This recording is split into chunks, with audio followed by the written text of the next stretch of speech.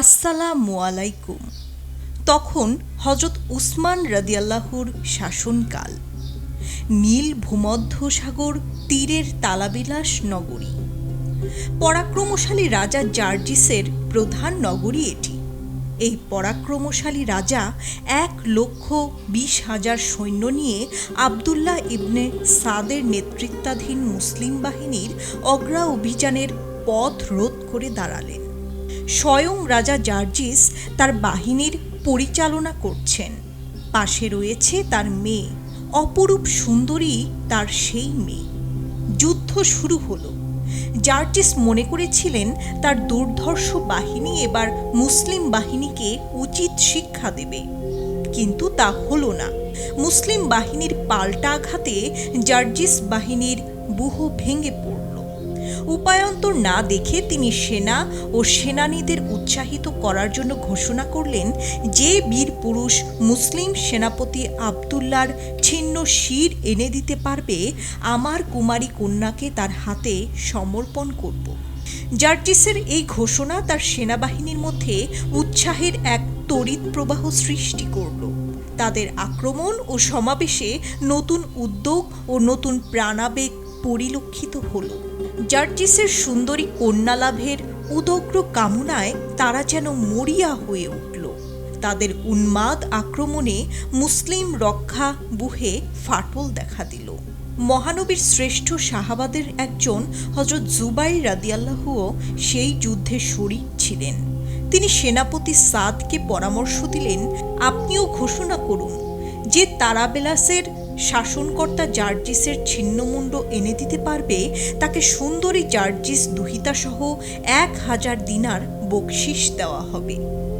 জুবাইরের পরামর্শ অনুযায়ী সেনাপতি সাদ এই কথাই ঘোষণা করে দিলেন।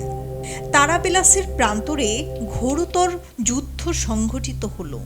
যুদ্ধে জার্জিস পরাজিত হলেন। তার কর্তৃত শিরসহ জার্জিস কন্যাকে বন্দি করে মুসলিম শিবিরে নিয়ে আসা হলো। কিন্তু এই অসীম সাহসিকতার কাজ কে করল? এই বীরত্বের কাজ কার দ্বারা সাধিত হলো? যুদ্ধের পর মুসলিম শিবিরে সভা আহুত হলো।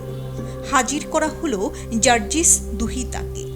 সেনাপতি সাদ জিজ্ঞেস করলেন, আপনাদের মধ্যে যিনি জার্জিসকে নিহত করেছেন তিনি আসুন, আমার প্রতিশ্রুত উপহার তার হাতে তুলে দিচ্ছি।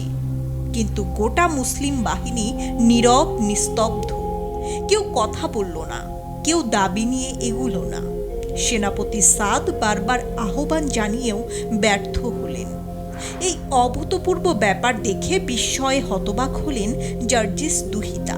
তিনি দেখতে পাচ্ছেন তার পিতৃহন্তাকে, কিন্তু তিনি দাবি নিয়ে আসছেন না কেন?